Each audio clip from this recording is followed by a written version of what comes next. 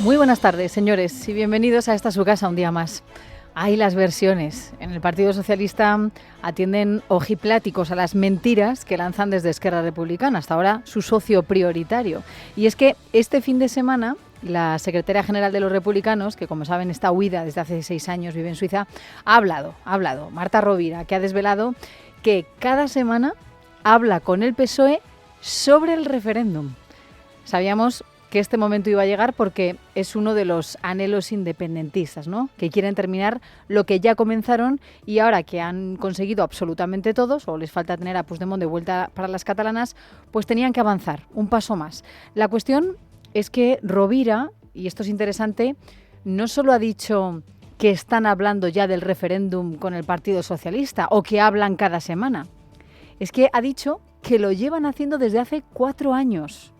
4 años, fíjense. Lo dijo ayer en una entrevista en El Periódico, en la que, igual que hoy, ha defendido que se trata de ir cumpliendo fases de la negociación que ellos ya se marcaron hace tiempo. Primera parte. Primera etapa, poner fin a la represión política, y esto se acaba con la ley de amnistía. Eso que nos decían que era imposible, ilegal, inconstitucional, y sí, hoy tenemos la ley de amnistía y hemos hecho un camino gradual. Comenzamos con los indultos, eliminamos la sedición, modificamos la malversación. Aquí los tribunales no han respetado los acuerdos ni el cambio de ley y seguimos hoy con la amnistía porque es necesario. Bueno, esto lo ha dicho hoy en una entrevista en la televisión catalana, en TV3. Y una vez conseguida esa primera fase, hay que pasar de pantalla. Hay que ir a la siguiente, a la autodeterminación.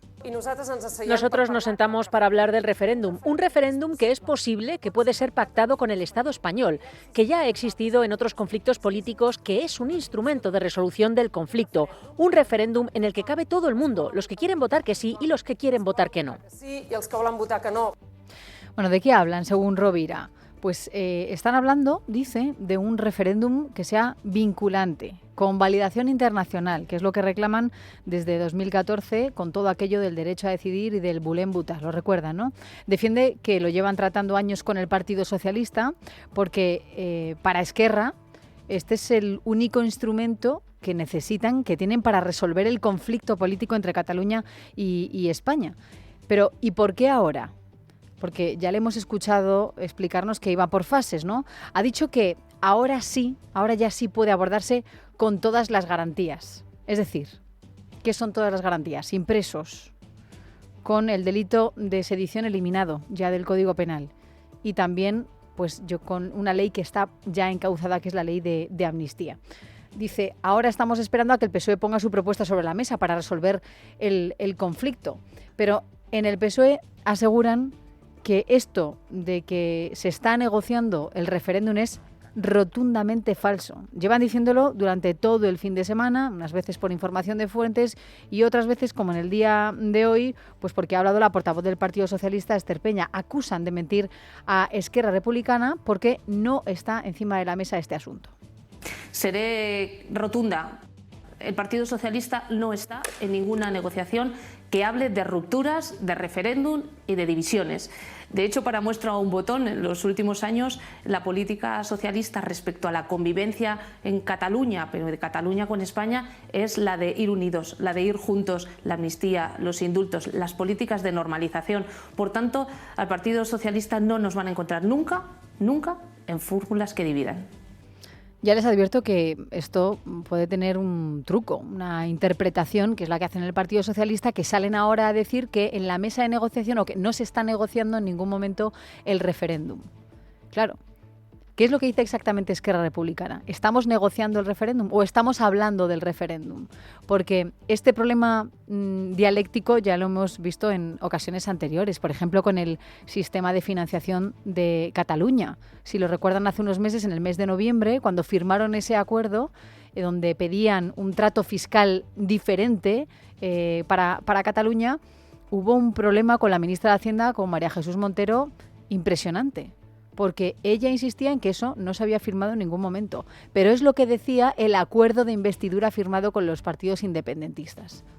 Entonces, la versión del independentismo es que eso ya se está negociando, cuando en realidad lo han plasmado en un papel que se va a hablar más adelante. Y aquí es donde puede haber uno de los trucos al respecto. Bueno, todas estas palabras de lo que acabamos de escuchar de Esther Peña, de la portavoz socialista, pues lo ha dicho en Televisión Española, nos puede o no convencer el argumento de que en el PSOE solo abogan por la convivencia para ir juntos. Y por eso se han inventado absolutamente de todo, ¿no? Y de manera inconstitucional, la amnistía, los indultos. Pero ahora, señora Peña, permítanos que lo vayamos a poner en duda, porque a cada anhelo que ha tenido el independentismo, ustedes se lo han ido dando. No solo con los indultos, la amnistía, la sedición o la malversación, también el traspaso integral de los trenes, por ejemplo, de Rodalíes, ¿no? O como reclaman ahora, el cupo catalán.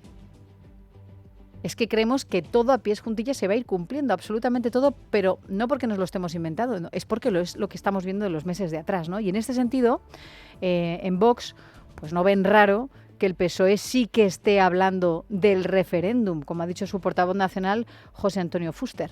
Simplemente plantear esa negociación, solamente plantear esa negociación, es un ataque al Estado de Derecho, es un ataque a la Constitución, es un ataque a la nación histórica, es un ataque a la nación política que deviene de esa nación histórica, es un ataque a España. Así que imagínense lo que nosotros pensamos de alguien que plantea esa negociación y que le responde. Y dice, sí, vamos a hablar. Hasta ahora no tenemos conocimiento de que el Partido Socialista haya decidido, sí, vamos a hablar sobre ese tema. Esperemos que nunca lo haga. Claro, tienen la duda, ¿no? Y mientras tanto, en el PP, partido que, por cierto, sigue sin desvelar quién va a ser su candidato para las elecciones de Cataluña, después además de que hayamos visto la no inclusión en su lista de diputados de Ciudadanos, culpan hoy a Sánchez de volver a activar el procés porque en el PP se creen a Rovira. El encargado de verbalizarlo ha sido Borja Semper, el portavoz de los populares, tras la reunión del comité de dirección. Nada es suficiente, porque el objetivo político del independentismo es alcanzar la independencia de Cataluña. Diga Sánchez lo que diga, digan sus ministros lo que digan, se pongan como se pongan. Pero vamos a volver a la versión del Partido Socialista. Dice Esther Peña que ellos no pueden hacer renunciar a ningún partido a sus máximas políticas, aunque ellos no las compartan, y achaca esas declaraciones de Esquerra Republicana a puro electoralismo, porque entre Esquerra y Junts hay una batalla para ver cuál de las dos formaciones políticas es más independentista y más maximalista en sus posiciones, ha dicho. Así que, como parece que en el PSOE están convencidos de que no van a ceder al referéndum, la portavoz ha insistido, primero la hemos escuchado en Televisión Española, después ha insistido desde Ferraz en la rueda de prensa en que no va a haber referéndum. Está encima de la mesa ni es nuestra voluntad. Nosotros lo que siempre hemos dicho es que no podemos hacer renunciar a los partidos a sus máximas políticas. Faltaría más. Esto es una democracia consolidada. Pero una cosa es que compartamos diferentes posiciones y acuerdos para ese objetivo de la normalización entre España y Cataluña y en la convivencia. Y otra cosa es que evidentemente cada partido tenga su posición. La del Partido Socialista Obrero Español es clara y nítida. No optamos ni ahora ni en el futuro por opciones que dividan. Esto es el típico corte, lo decimos en la jerga periodística, extracto de voz, declaración que tenemos que guardarnos todos, ¿no? Para que esto será la hemeroteca del futuro y veremos si al final hay un referéndum. Ante tal ruido con el referéndum y que ha ocasionado Marta Rovira, pues normal que la alarma se haya activado en el Partido Socialista Catalán, con unas elecciones a la vuelta de la esquina. Y dicen de repente que estamos negociando el referéndum, ¿cómo es posible? El alcalde de Barcelona, Jaume Collboni, en Onda Cero, ha tenido que salir a apagar el fuego. Quiero tranquilizar a todo el mundo, nosotros no vamos a acordar nada que esté fuera de la Constitución. Nosotros somos una fuerza constitucionalista y somos una fuerza que defiende el principio de legalidad y el Estado de Derecho. Defiende también el diálogo y defiende también la capacidad de tomar decisiones como ha sido los indultos y la amnistía, justamente para superar la etapa de división y confrontación que hemos vivido en Cataluña. Y en Esquerra Republicana hoy ha hablado otro de los actores principales. Hablamos de Oriol Junqueras, para salir a decir que ese referéndum lo van a celebrar cueste lo que cueste. I si per fer-ho calgués que alguns de nosaltres haguéssim de tornar a la presó, hi tornarem. No hacía falta traducirlo, ¿no? Se entiende perfectamente. Si hay que volver a la cárcel, con tal de celebrar el referéndum, pues se vuelve a la cárcel, ¿no? y de paso nos recuerda que él fue uno de los damnificados. De hecho, ha recordado, para ganar puntos en las elecciones, que en 2017 había quien le decía que no iban a poder celebrar el 1 de octubre un referéndum y que si lo hacían los iban a acabar encerrando en la cárcel. Y Junqueras entonces ha recordado que si tuviéramos que ir a la cárcel por las libertades, iremos, y lo hicimos, y lo haremos siempre, y que siempre priorizaremos a este país y su libertad. Eso es lo que ha dicho, ha remarcado en el día de hoy. Esto, en definitiva, no pinta bien, porque abre un nuevo frente en la relación de Pedro Sánchez con el independentismo y con cantidad de procesos electorales abiertos en los próximos meses. El acuerdo con Junts, ya lo recuerdan, con el voto a favor de los 7 diputados que necesitaba Pedro Sánchez, ese acuerdo es de legislatura. Empezó siendo de investidura, pero después dijeron que era de legislatura. Así nos lo vendió por lo menos Santos Cerdán en noviembre, cuando presentó ese acuerdo de investidura con Junts con la firma de Jordi Turull. El acuerdo no es un acuerdo de investidura, es un acuerdo de legislatura entre dos partidos, como es el Partido Socialista y Junts per Catalunya. Hemos hablado de dar estabilidad a la legislatura de 4 años. Está bien recordar este sonido, ¿eh? Es la manera que tenían de curarse en salud después de tanta negociación clandestina en Bruselas. Pero he aquí el nuevo problema, ¿no? Las elecciones catalanas del 12 de mayo y lo que es peor, el referéndum. Si Salvador Illa, el candidato del PSC, gana las elecciones, pero no puede gobernar, como apuntan las encuestas, no puede gobernar en solitario, ¿a quién va a elegir de socio? ¿A Esquerra o a Junts? Es precisamente en este capítulo en el que hay que entender las nuevas exigencias de ambos partidos independentistas, ¿no? Hace una semana el presidente catalán, el republicano Pere Aragonés, presentó su propuesta sobre esa financiación singular para Cataluña, la cual no es nueva. Es más, él mismo se encargó de recordar que en el acuerdo con el PSOE para la investidura estaba ese compromiso, el de sentarse a hablar de la financiación. Un aviso a navegantes que llega justo cuando anuncia las elecciones anticipadas en Cataluña, donde Esquerra quiere mostrar su cara más combativa, pero también chupóptera. Vamos a sacarle de todo al presidente, ¿no? Es lo que yo me imagino que tienen en su cabeza. Y en esas, el PSC tiene que mover ficha. Dicen en el entorno de Aragonés que eso de la financiación singular es compartida por la mayoría de los catalanes, independientemente de su ideología, ¿no? Y por eso hoy el presidente de la Generalitat ha insistido. Es que volem un modelo singular. Perseguimos un modelo singular como el País Vasco y Navarra. Ni más ni menos, un sistema de financiación singular que sea la base de una relación bilateral entre el Estado y Cataluña y que la Generalitat recaude y gestione todos los tributos que Cataluña genera. Tots els tributs que Catalunya genera. Más claro, agua. Quieren lo mismo que País Vasco y Navarra. No quieren, por tanto, una reforma del sistema de financiación que sea igual para todas las comunidades autónomas. Es lo que el gobierno pretende, ¿no? Hablar con cada una de las comunidades autónomas y luego ver las singularidades, esa es la última perla que ha soltado María Jesús Montero esta semana, ver las singularidades de algunas comunidades autónomas. Pero lo que está claro es que en Cataluña quieren un trato de privilegio, quieren acabar con la igualdad entre los españoles. Estas palabras las ha pronunciado hoy Pere Aragonés en una conferencia sobre economía, la economía catalana en el Colegio de Economistas de Cataluña. Y fíjense, Aragonés esta mañana ¿de qué ha hablado? Ha hablado de maltrato económico, lo que sufre Cataluña, dice. Dice que es la tercera en aportar y la 14ª en recibir. Eso en cuanto a los recursos. Y dice, oye, es que yo quiero todos los recursos que genero, ¿no? ¿Por qué debemos conformarnos con menos? Que es lo que ha venido a defender el candidato del PSC, Salvador Illa, ¿no? Y ahí le mete el dedo en el ojo a su contrincante en las elecciones catalanas, ¿no? En La Vanguardia, Illa ha dicho que pedir la gestión de todos los tributos solo genera frustración y que va a negociar con lealtad y sin buscar ningún tipo de privilegio para que haya una reforma del sistema de financiación. Esto se lo afea a Aragonés y mantiene las distancias, ¿no? con Salvador Illa, lógicamente. Estamos en la cuenta atrás de las elecciones de Cataluña, ¿no? Y dice Aragonés que él defiende la autonomía fiscal para Cataluña. Esto es muy curioso, fíjense. No ha pronunciado ni una palabra sobre la seguridad social, la cual, y esto es un acuerdo de Sánchez con el País Vasco, esto ya lo saben, Sánchez le va a ceder la gestión de la Seguridad Social al País Vasco de aquí a 2 años. Esto ya lo sabemos. La teoría es muy bonita, pero la realidad es que no nos han explicado cómo se va a hacer. Luego, si nos remitimos a los datos, lo que vemos es que el Estado va a tener que seguir soportando igualmente la situación igual que ahora, las pensiones de todos los ciudadanos vascos.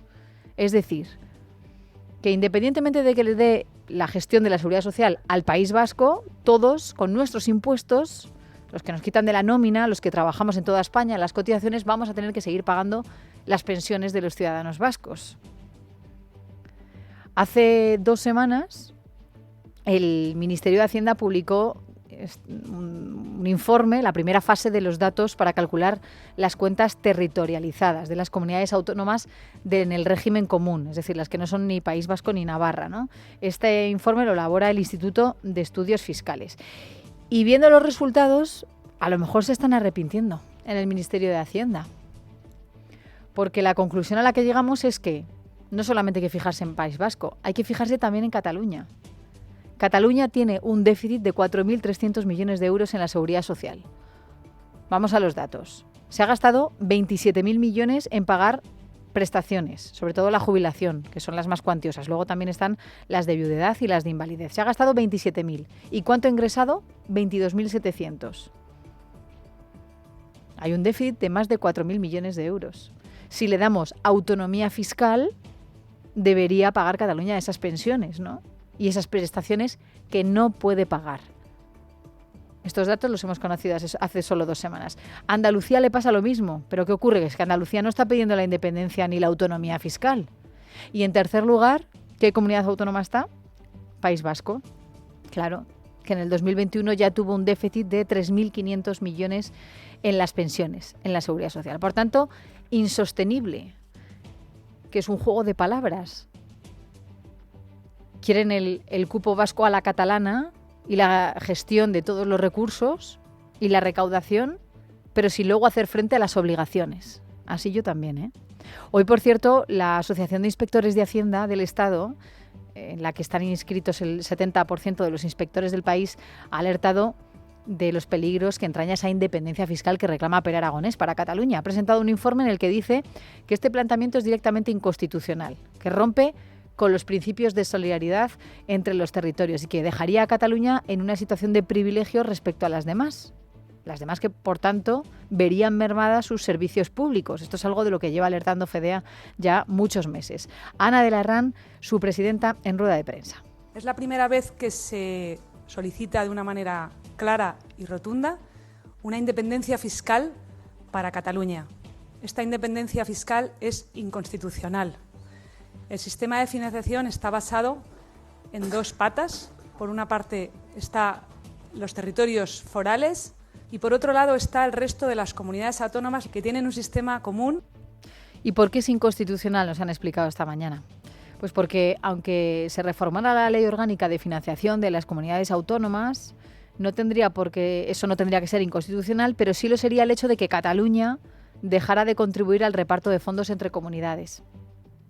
Y el resto de comunidades saldrían perjudicadas. Por eso es inconstitucional.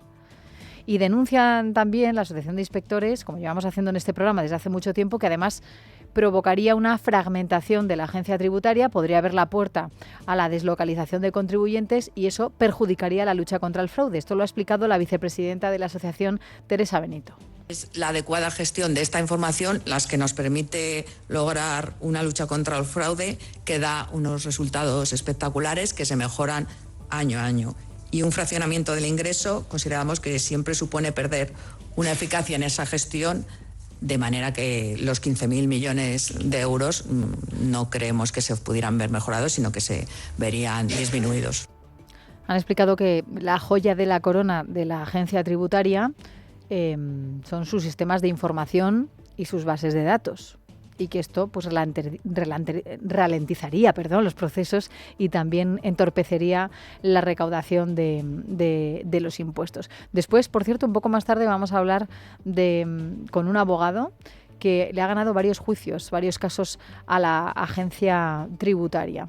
Esto es interesante. Y permítanme también que les comente otra historia interesante, otro foco informativo de relevancia en el día de hoy, tras el atentado terrorista que vivió la ciudad de Moscú el pasado viernes, cuando 4 sujetos entraron armados hasta los dientes en una sala de conciertos llamada Crocus City Hall y donde 137 personas fueron asesinadas y hubo más de 180 heridos. A las historias personales que hemos ido conociendo durante el fin de semana, personas también que actuaron como héroes, se añaden los vídeos que se han difundido sobre el momento en el que los terroristas empezaron a abrir fuego o incluso las imágenes del teatro totalmente consumido por las llamas, porque los terroristas echaron un líquido inflamable para quemarlo. De hecho, muchos fallecieron por asfixia. A todo esto hay que sumarle la propaganda del régimen de Vladimir Putin, que lleva todo el fin de semana señalando con el dedo a Ucrania. Lo hizo el sábado el propio Putin en un mensaje a la nación, donde no hablaba de la autoría del autoproclamado Estado Islámico, que ellos son los que han reivindicado este atentado terrorista. No hablan tampoco de amenaza yihadista, a pesar de otros atentados anteriores que ha sufrido su país, pero sí sugiere que hay conexiones entre los terroristas y Ucrania. ¿Y qué sabemos de los terroristas? Pues que hasta ahora se ha ordenado prisión preventiva para al menos 4 de ellos. 3 de ellos se han declarado culpables tras comparecer ante el Tribunal de Moscú, tras haber pasado por ese comité de investigación. Ha sido muy comentado también el estado en el que están estos sospechosos del ataque terrorista, porque durante el fin de semana se han publicado en redes sociales muchos vídeos que mostraban torturas contra los 11 detenidos, desde la amputación de una oreja a la utilización de electrodos. Por todo ello, le han preguntado también al Kremlin y prefieren no hablar de ello, como es lógico. Hoy mismo hemos visto también imágenes de 4 de estos sospechosos donde aparecen, pues uno con la oreja tapada, otros con la cara muy hinchada, los ojos morados, y donde pues se denuncian esas torturas. Mientras tanto, Francia e Italia han decidido elevar su nivel de alerta terrorista tras este atentado de Moscú. Francia acaba de hacerlo en enero, el nivel de alerta. Estaban máximos después de ese ataque de octubre en el que un profesor en el norte del país fue asesinado a manos de un antiguo alumno que simpatizaba con el ISIS. Y ayer el primer ministro francés, Gabriel Attal, anunciaba que iban a volver a subir ese nivel de alerta tras el atentado reivindicado por Estado Islámico de Jorasán, que es esa organización que, según el gobierno, también tiene en su punto de mira a Francia. Hoy el presidente francés, Emmanuel Macron, ha justificado así la medida. Este grupo en particular, que está implicado, según parece, en el atentado de Moscú, había hecho también varios intentos en los últimos meses en suelo francés, y teniendo en cuenta sus ramificaciones y sus intenciones, por medida de precaución, pero con elementos sólidos y creíbles, hemos decidido elevar la alerta antiterrorista. Y un apunte importante es que estamos a menos de 4 meses de que se celebren los Juegos Olímpicos de París, con todos los riesgos de seguridad que entrañan. Bueno, por todo ello vamos a hablar con don Fernando Cochos, analista de inteligencia y riesgos a la seguridad nacional. Fernando, ¿qué tal? Muy buenas tardes. Hola, buenas tardes, Leticia, ¿qué tal? Hemos escuchado en las últimas horas tanto al primer ministro como al presidente francés diciéndole a Vladimir Putin y al Kremlin que no intente mantener esa equidistancia y sobre todo que no señale con el dedo a Kiev. ¿Usted cree que está instrumentalizando el atentado Putin y por qué?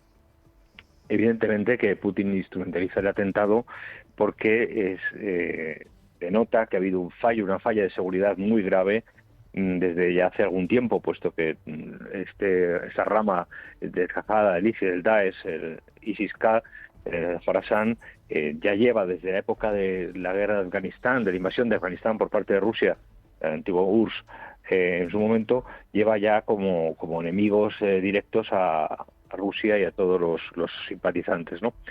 Yo creo que Putin el problema que tiene es que le ha pillado de improviso y necesita justificar sus acciones, o justificar en este caso que sus enemigos comunes hacia su territorio, pues en este caso Ucrania, han sido los que están detrás, porque la inteligencia norteamericana ya hace bastante tiempo, como también la española y la europea, en la Unión Europea, ha declarado que el ISIS, lejos de estar desarticulado, se ha reconstruido, en este caso, con este ISIS-K y en otros grupúsculos que están dando bastantes problemas en Siria, etcétera, y que pensábamos que estaban totalmente erradicados, incluso contra los propios talibanes, a los cuales consideran flojos y débiles a la hora de implantar la Sharia y la ley islámica, ¿no?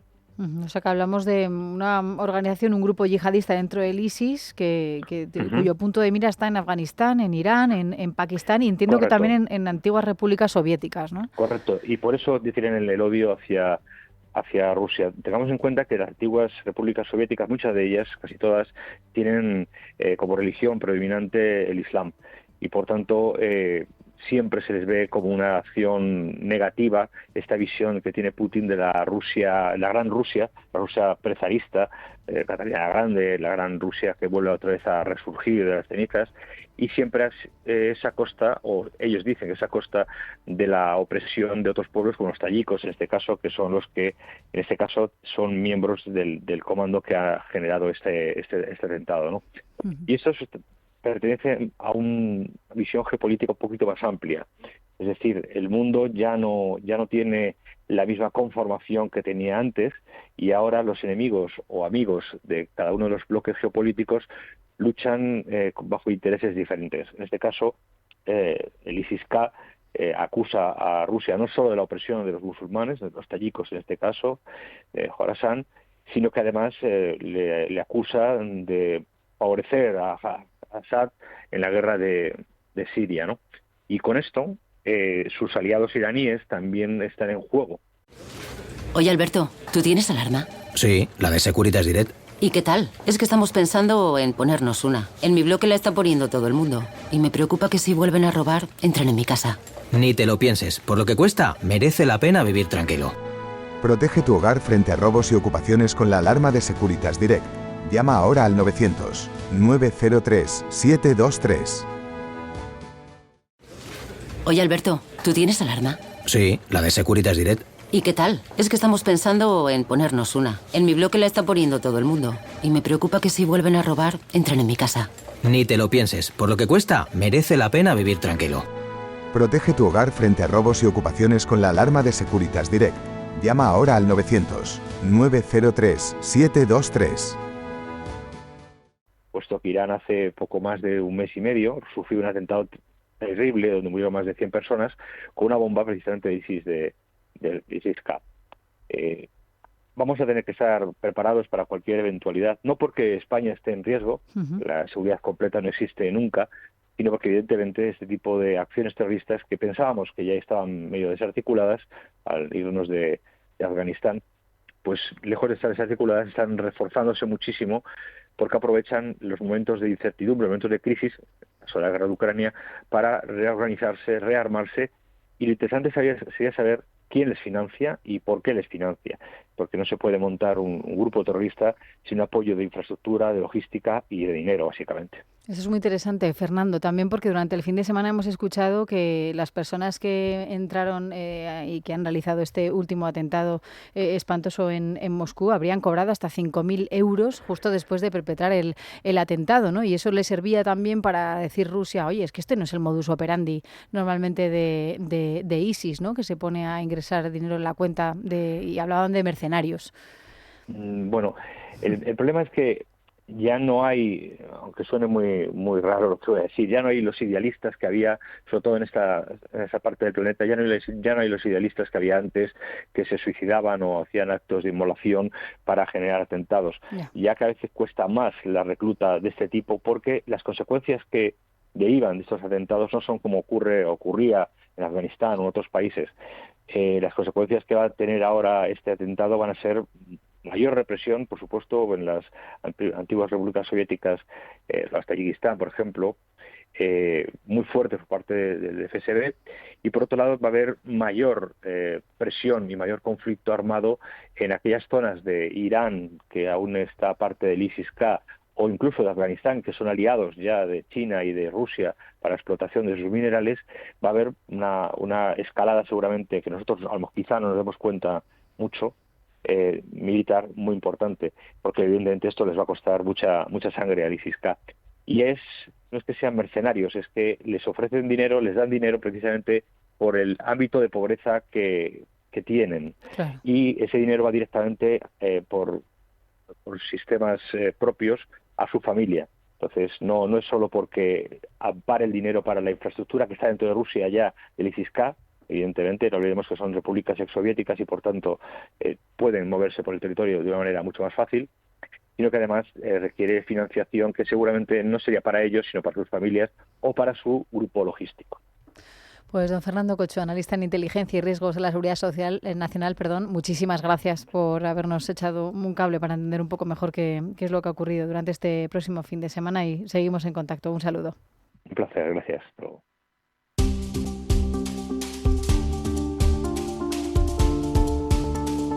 Y así llegamos hasta las 4:30, las 3:30 en las Islas Canarias para contarles otras noticias de este lunes 25 de marzo. Esther Nieto, ¿qué tal? Buenas tardes. Buenas tardes, Leticia. Comenzamos por una noticia de última hora porque tras más de 14 meses en prisión, el futbolista Dani Alves acaba de abandonar el centro penitenciario Brians 2 de Barcelona tras reunir el €1.000.000 de fianza impuesta por la magistrada para obtener la libertad condicional mientras se resuelven los recursos presentados por la sentencia que le condena a 4 años y medio de cárcel por violar a una joven en la discoteca Sutton en diciembre de 2023.